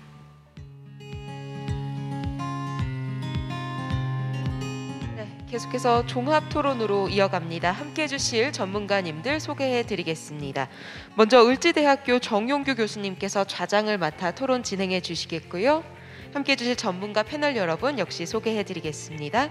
스마트 도시 연구소의 비유환 수석 연구원님과 타마대학교 요시아키 이치카와 교수님, 서울대학교 권영상 교수님, 그리고 국가기술표준원 김한식 팀장님께서 오늘 토론에 함께해 주시겠습니다.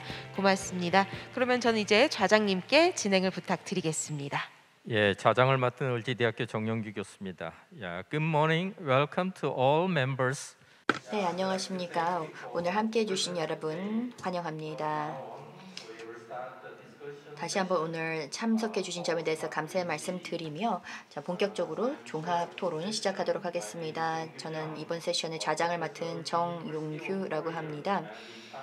네, 을지대학교 교수이고 아이소 스마트시티 한국 대표를 맡고 있습니다. 본격적으로 토론을 시작하기에 앞서서 토론자 여러분들을 소개해 드리도록 하겠습니다. 첫 번째 토론자는 중국의 비유안 수석 연구원님이십니다. 환영합니다. 네, 두 번째 토론자는 요시아키 이치카와 교수님이십니다. 일본에서 와주셨죠. 그리고 세 번째 토론자는 국가기술표준원 카츠 김한식 팀장님입니다. 그리고 마지막 토론자는 서울대 권영상 교수님이십니다. 자, 그러면 이 종합토론 진행 방식에 대해서 말씀을 드리겠습니다. 우선 각 토론자께서 약 10분가량 말씀 모두 발언해 주실 수 있겠습니다.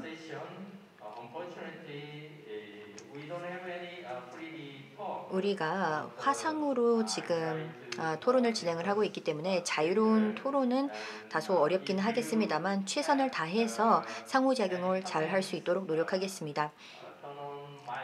만약에 코멘트가 있으시다면 편하게 음소거 해제하시고 말씀해 주시면 되겠습니다.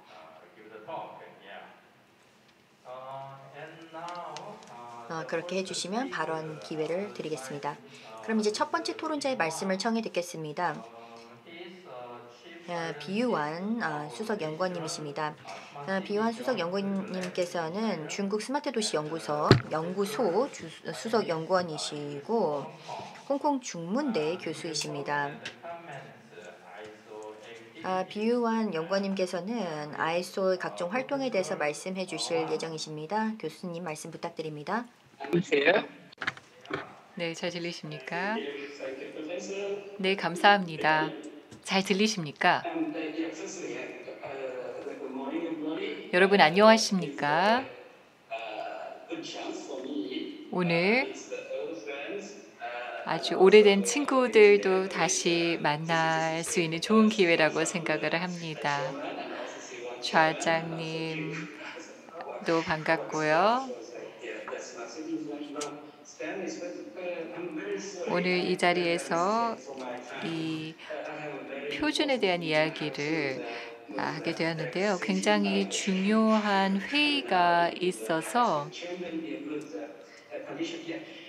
네, 시간이 그렇게 많지는 않았습니다. 죄송합니다. 제가 세 가지를 말씀드리고 싶습니다.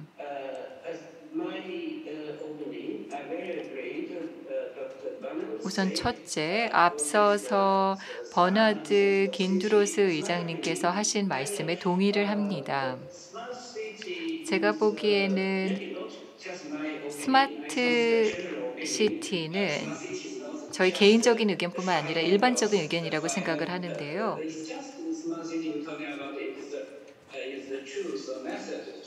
스마트 시티는 에코시티나 또 콤팩트 압축 도시, 또 드림 시티, 또 중국에서도 이 비슷한 도시들에 대한 얘기를 하는데요. 이러한 미래의 도시들, 이러한 도시들을 포괄하는 것이라고 생각을 합니다. ICT를 활용을 하여서 도시 계획을 수립을 하고 또 건설을 하며 또 유지를 하게 됩니다. 중국에서도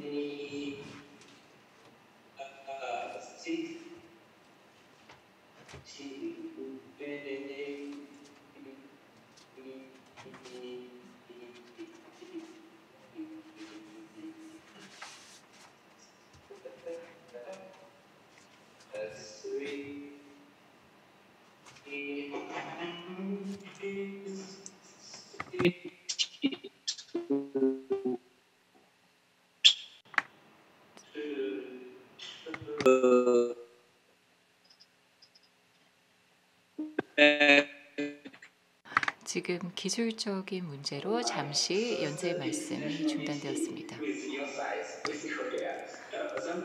일부 한국 전문가들께서는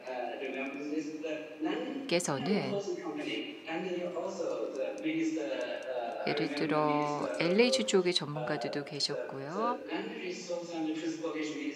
그리고 또 국토교통부 장관님께서도 저희 쪽의 주택 도시 개발 장관님과 만나기도 했습니다.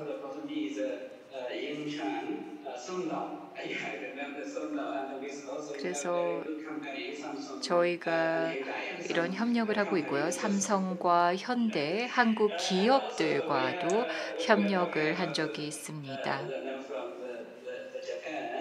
또 일본 쪽에서도 참여를 하고 계시죠. 요시아키 이치가와 교수님께서 계시는데요. 일본의 스마트 시티도 주목할 만합니다.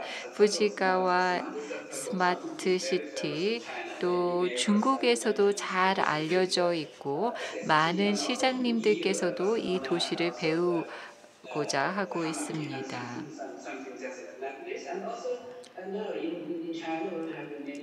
중국에서는 지금 현재 여러 가지 프로젝트를 진행 중에 있습니다. 그렇다면은 여기에서 표준의 역할은 무엇일까요? 저도 표준이 중요하다는데 동의를 합니다. 일관되고 동일한 표준을 스마트 시티를 건설하는 데 적용을 해야 한다고 생각을 합니다. 이 같은 표준과 관련된 회의가 그렇기 때문에 상당히 유용하고 중요한 회의라고 생각을 합니다. EU와 미국, 인도, 한국, 일본, 중국 등이 참여를 하는데요. 45명의 전문가들이 ISO와 그리고 또 IC 표준 정립 노력에 함께 협력을 하고 있습니다. 그래서 저희는 함께 협의를 하고 또 의견들을 교환을 하기도 합니다. 저희가 이와 같은 국제 협력을 진행하는 가운데 또 코로나 상황 속에서 여건이 쉽지 않았음에도 불구하고 계속 좋은 협력 관계를 이어가고 있습니다. 네, 저를 다시 한번 초대해 주셔서 감사드리고 좌장님께 그리고 참석자들께 감사 말씀드립니다. 예, 통신장애가 잠깐 있었습니다. Any comment, 버나드? 네, 혹시 이치카 교수님 내지는 버나드님 말씀하실 내용 있으신지요? 네, 말씀 부탁드립니다. 네, 감사합니다. 우선 저희 쪽에서는 지금 어떠한 활동을 하고 있는지에 대해서 말씀을 드리도록 하겠습니다.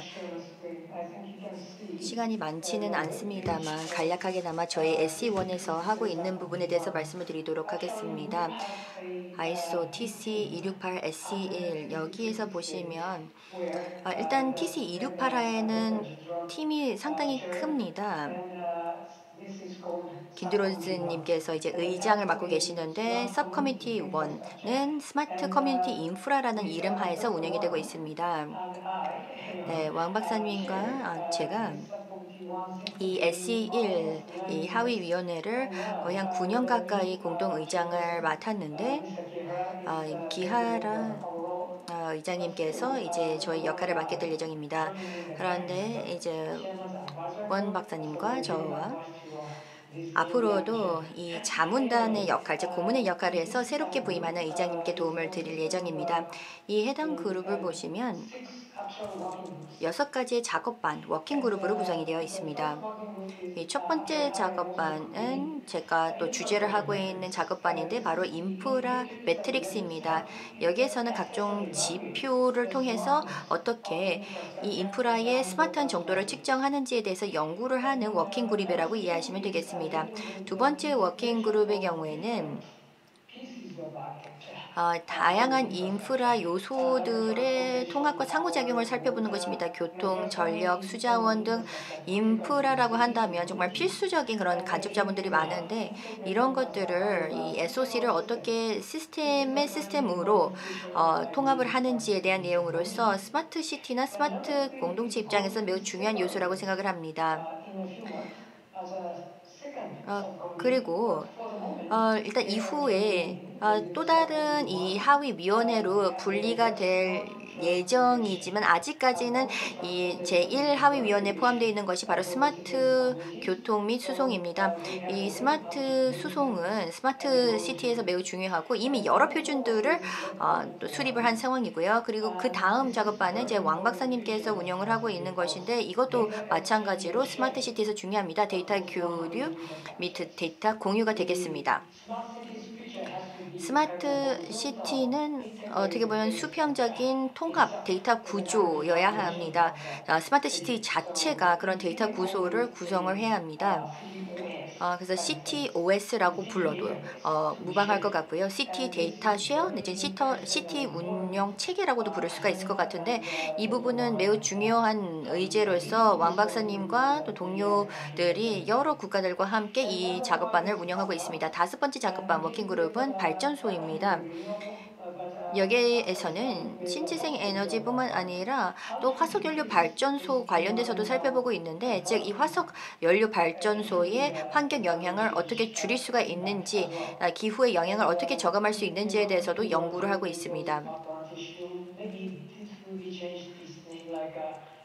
이후에 에너지라는 명칭으로 이름이 변경이 될 수가 있을 것 같긴 합니다만 여하튼 에너지가 스마트 에너지에서 중요할 것입니다. 여섯 번째 작업반의 경우는 오늘날 많은 이목을 집중받고 있는 주제로서 재난 경감입니다. 네, 앞선 연사분께서도 흥미로운 말씀을 해주셨습니다. 재난, 홍수라든지 등 홍수 범람 그런 문제에 대해서 말씀을 해주셨는데 일본은 매해와 같이 폭우가 내리고 있습니다. 올해 같은 경우에도 기록적인 폭우가 내렸습니다. 그래서 기록적인 강우량을 기록을 하고 있고 이로 인해서 산사태라든지 홍수가 발생하였습니다. 그리고 내년에는 그 이상의 그런 폭우가 내릴 것이다라고 지금 또 예상을 하고 있습니다. 그런데 이 폭우 내지는 태풍 외에도 일본은 지진이 큰 문제입니다. 특히 그 태평양 그 지각 인근의 지진 문제는 참으로 심각한데요. 그래서 이 지진이라는 것 자체가 동일본 그 지진보다도 더 심각한 지진이 발생할 수 있을 것이다라는 그런 예측이 나오고 있습니다. 그래서 30년 내에 제가 지금 66세인데 제가 운이 좋다면 30년 후에 여전히 살아 있을 텐데 30년 내에 그 이상의 지진, 즉 이 동일본 지진보다 더 심각한, 더 심한 강도의 지진이 발생할 확률이 70에서 80%다라고 이야기를 하고 있습니다. 그렇기 때문에 여기에 대비를 하기 위해서는 도시와 이런 공동체의 인프라 개선이 필요할 것입니다.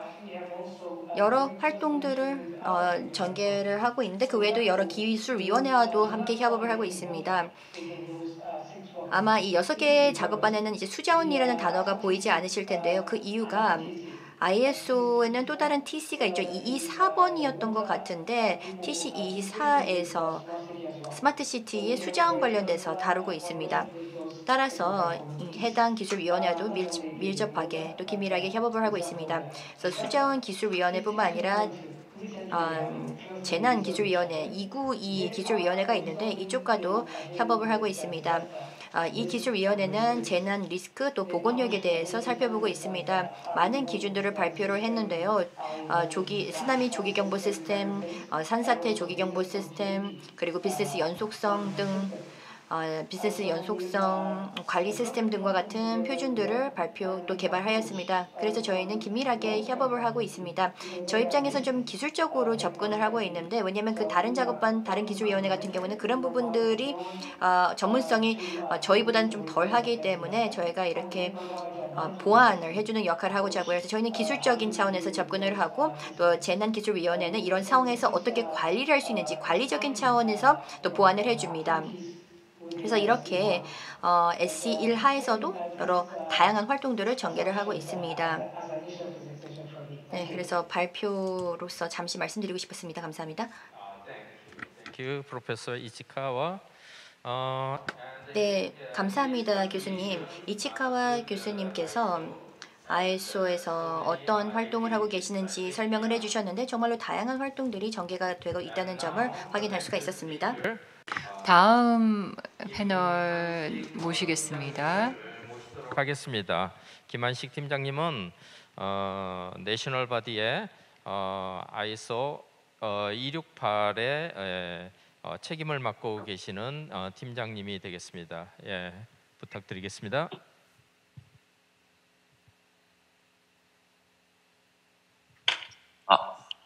안녕하십니까. 국가기술표준원의 김한식입니다. 일단 만나 뵙게 돼서 너무 감사하고요.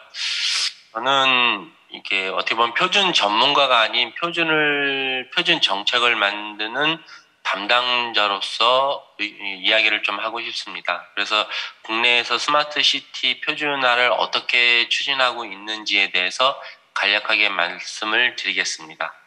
저희 국가 1차적으로 봤을 때 스마트 시티는 다들 아시는 것처럼 다양한 시스템이 서로 연계된 복합 시스템인 시스템 오브 시스템즈라고 다들 생각하고 저도 그렇게 생각하고 있습니다.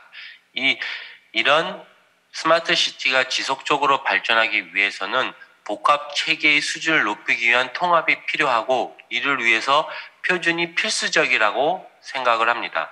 즉 표준은 예상되는 성능 수준과 기술 간 호환성을 확보하며 시티 발전에 가속화하고 표준은 도시와 시민 모두에게 도움이 되고 더 큰 제품의 선택의 폭, 경쟁 증가, 혁신 드라이브 촉진의 문을 열어줄 거라고 저는 개인적으로 생각하고 있습니다. 그래서 아마도 국내 스마트 시티의 성공적인 건설을 위해서는 기존 개별 제품이나 기술 수준에서 벗어나 유연성, 상호 운용성, 확장성 등을 일관되게 고려하는 시스템적 하향식, 탑다운 접근 방식이 적용 확산되어야 된다고 개인적으로 생각합니다.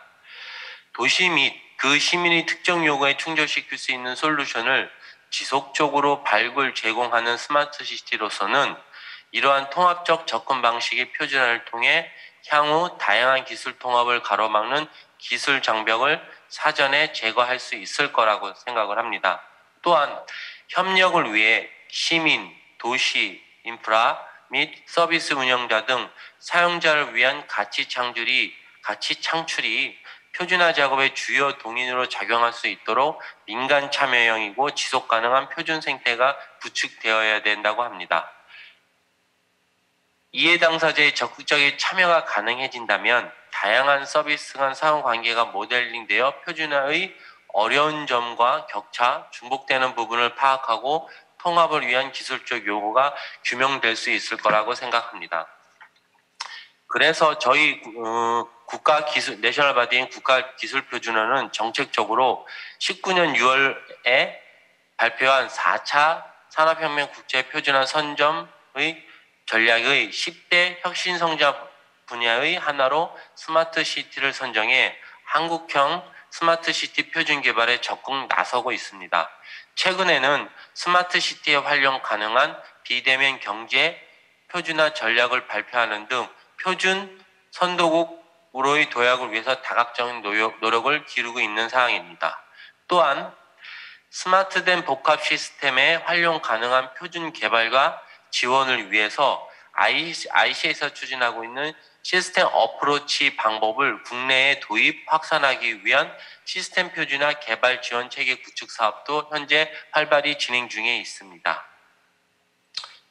마지막으로 한번 부탁드리고 싶은 건 산업계 차원의 제언을 드린다면 다들 아시는 것처럼 글로벌 표준화 시티를 가기 위한 요소는 국내외 이해 당사자의 적극적인 표준화 참여를 위한 바텀업 의견 반영 절차가 꼭 필요하며 아까 전에 발표하신 것처럼 리빙램과 같이 꼭 필요하다고 생각을 합니다. 오늘날 통신 발달로 ICT와 저렴한 생산 도구들이 시민과 도시 서비스 간 관계를 변화시켜 점점 더 많은 시민들이 도시의 사용자에 머무르지 않고 제공자로서의 변화되고 있습니다. 도시 안에 광범위한 이해 당사자들의 참여와 피드백, 의견 개진은 좋은 정책과 표준화를 마련하기 위해 필수적이고 다양한 이해 당사자가 스마트 시티 개발에 관련 진정한 지분을 제공하는 것이 필요한 합의를 도출할 수 있는 데 매우 중요하다고 생각합니다. 이를 위해 스마트 시티의 표준이 핵심이며 이것이 없다면 스마트 시티 비전 실험에는 상당히 어려움을 겪을 거라고 개인적으로 생각했습니다.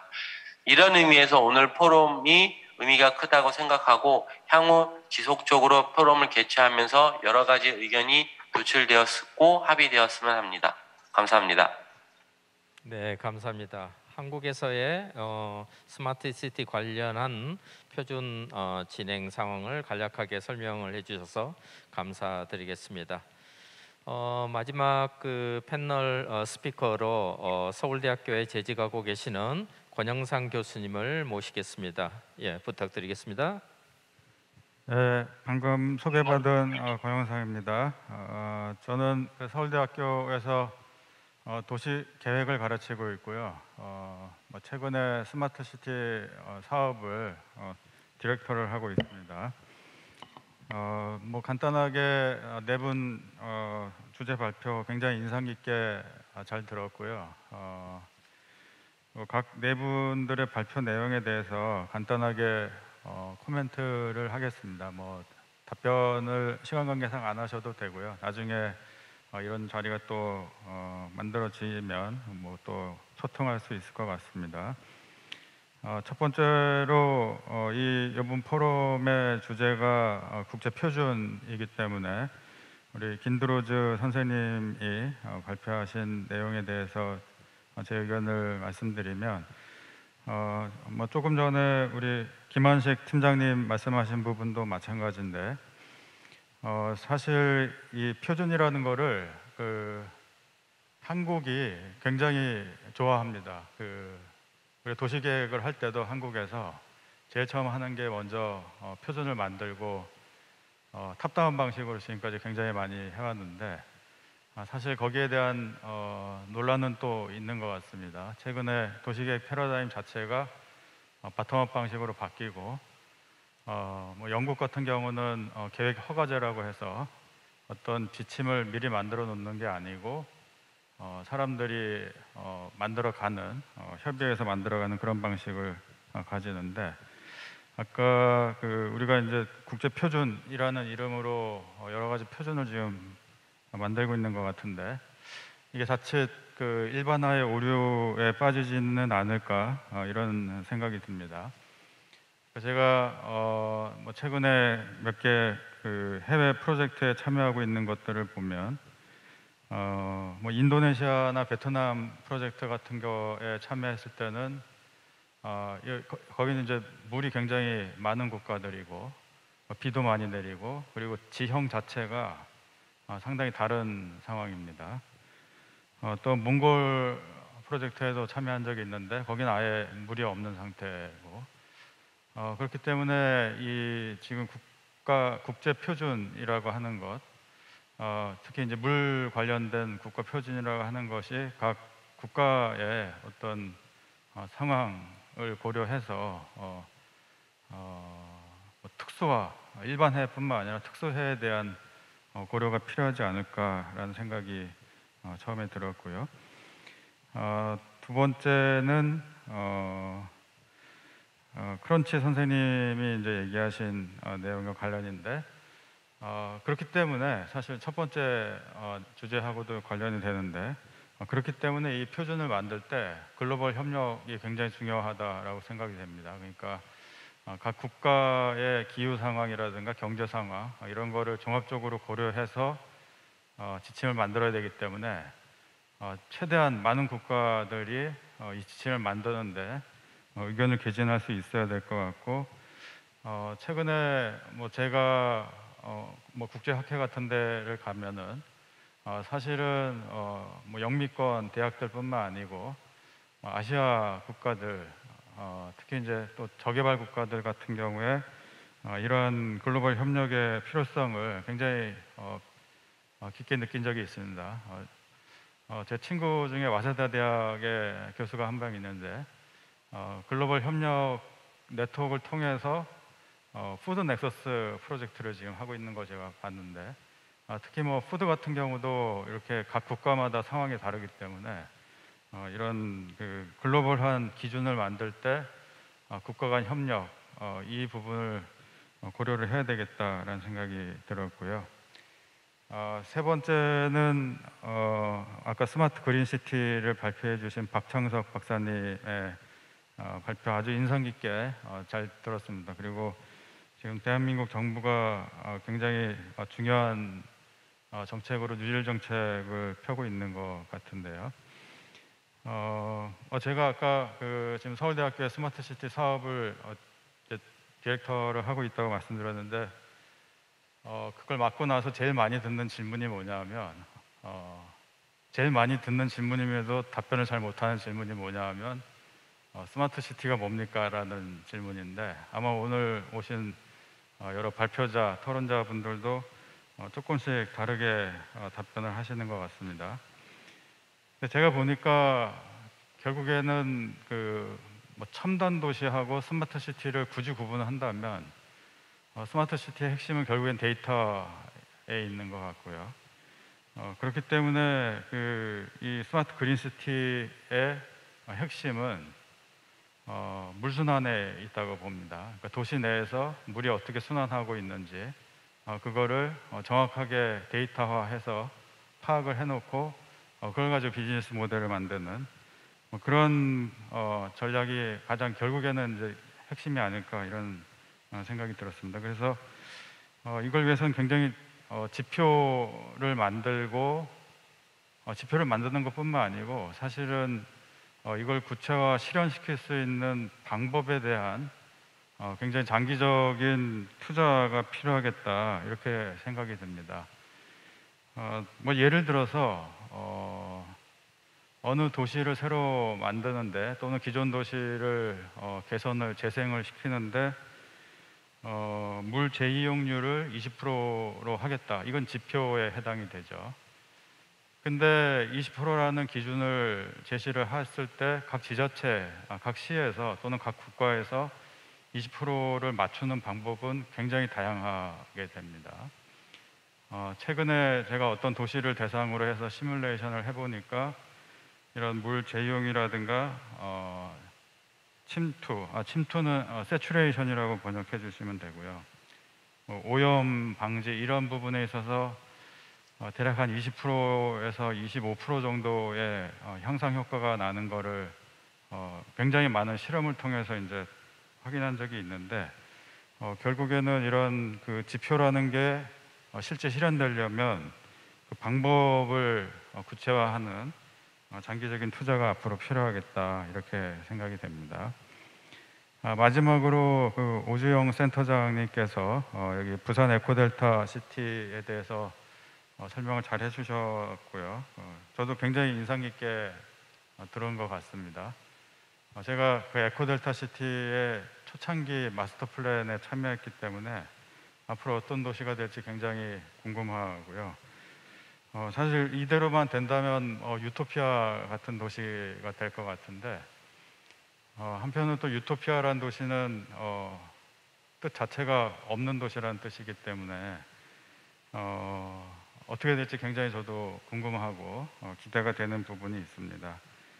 한 가지 부지 첨언을 드린다면 이거 듣다 보니까 이제 여기 어떤 사람들이 살까 굉장히 인프라라든가 환경이라든가 이런 건 굉장히 우수한데 여기 어떤 사람들이 살게 될까 이런 고민도 같이 해주시면 좋겠다 이런 생각이 듭니다. 이거 최첨단 도시를 지금 만들어 놨는데 실제로 그 시범 테스트베드 마을에는 사는 사람들은 뭐 부부싸움도 할 거고 애는 계속 게임 한다고 말을 안 들을 거고 또 사고도 날 거고 뭐 여러 가지 그때그때 일어나는 우리 일상의 여러 문제들이 이제 등장을 할 텐데 그런 게 이런 그 최첨단 도시에서 어떻게 아까 거버넌스에 대한 부분도 이제 얘기를 하긴 하셨는데 그런 부분들이 좀 정밀하게 모니터링 됐으면 좋겠다. 그래서 결국에는 아까 다시 제 얘기로 돌아가는데 데이터 센터가 필요할 거라고 생각이 됩니다. 그 에코델타 시티 하고 있는 그곳에 그분들의 그 이런 내용들 이런 것들이 축적될 수 있는 그래야지 그걸 가지고 계속 업데이트가 될 것 같고요. 그리고 그 결국에는 그 아까 일자리가 굉장히 중요하다고 얘기를 하셨는데 일자리의 중요성을 아무리 강조해도 부족함이 없을 거라고 생각이 됩니다. 아무리 잘 만들어놔도 거기 있는 사람들이 부여하고 이렇게 윤택한 생활을 하지 못하면은 그 부분들이 좀 어렵기 때문에 이런 스마트 시티에 적합한 일자리들이 어떤 것들이 있을지 그리고 거기 사는 사람들이 그것을 활용할 수 있는 그런 식으로 진행이 됐으면 좋겠다라는 의견을 마지막으로 드립니다. 네 가지 그 발표 내용 전부 다 잘 들었고요. 발표 토론자 선생님들 말씀도 굉장히 인상 깊게 들었습니다. 이상입니다. 네, 패널 토크를 다 마치고 저도 한 가지 코멘트를 드리고자 합니다. 이제 스마트 시티를 다루는 세 가지 측면이 있다고 보는데 첫 번째 측면은 이제 산업적 측면이라고 보는데 주로 이제 에너지나 물 이런 도시 문제에 해당되는 산업적 측면의 어프로치가 있을 것 같고요. 두 번째는 이제 기술적 측면이 되겠습니다. 가장 중요시 되는 거는 이제 정보통신 기술이 이거를 융합하고 발전돼야 될 것 같고요. 마지막으로는 이제 도시 주로 이제 건설의 문제가 되겠습니다. 오늘 주제가 이제 세 번째 도시 건설에 대한 부분이 많이 이제 언급이 됐습니다. 한국에서의 이와 같은 세 가지 측면이 조화롭게 진행되고 있고 또 이것이 잘 융합되기를 기대합니다. 이제 좀 크루징을 해야 될 것 같습니다. Now we have finished all the panel speakers. 모든 패널 토론자분들의 말씀을 잘 청해 들었습니다. 발표 관련해서 혹시 질문이나 코멘트 있으십니까? 네, 괜찮으시다면 제가 한 말씀 드리도록 하겠습니다. 네, 먼저 말씀하십시오.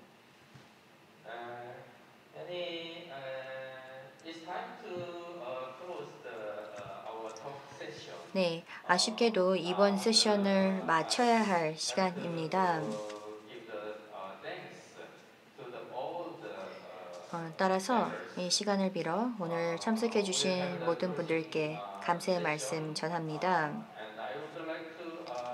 그래서 이것으로 본 포럼을 마치도록 하겠습니다.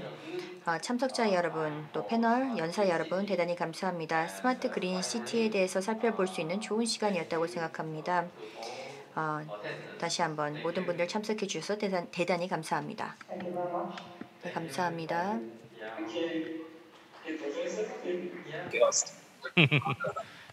Sorry. Thank you. 예. 네, 연결 상태가 고르지 못해서 죄송합니다. 네, 다음번에 뵙겠습니다. 감사합니다. 감사합니다.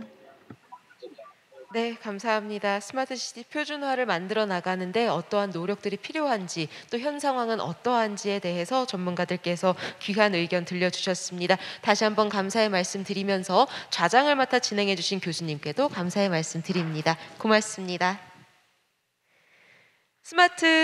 네, 감사합니다. 스마트 그린시티 국제 표준화 포럼, 이렇게 국내외 전문가들의 통찰력 있는 발표와 또 고견을 들을 수 있는 종합 토론까지 함께 하셨습니다. 우리가 마주하고 있는 기후 변화, 기후 위기에 대응하기 위해서 스마트 그린시티를 더욱더 확산시키기 위해 힘써 주심에 감사의 말씀 드립니다. 오늘 포럼 함께 해주고 계시는 많은 분들께서도 이제는 스마트 시티가 미래가 아닌 우리의 가까이에 다가온 현실이라는 것을 느끼실 수 있으셨을 것 같습니다. 스마트 그린시티가 더욱더 확산될 수 있도록 힘써주시는 많은 분들께 감사의 말씀 드리면서 이상으로 오늘 포럼 마치겠습니다. 고맙습니다.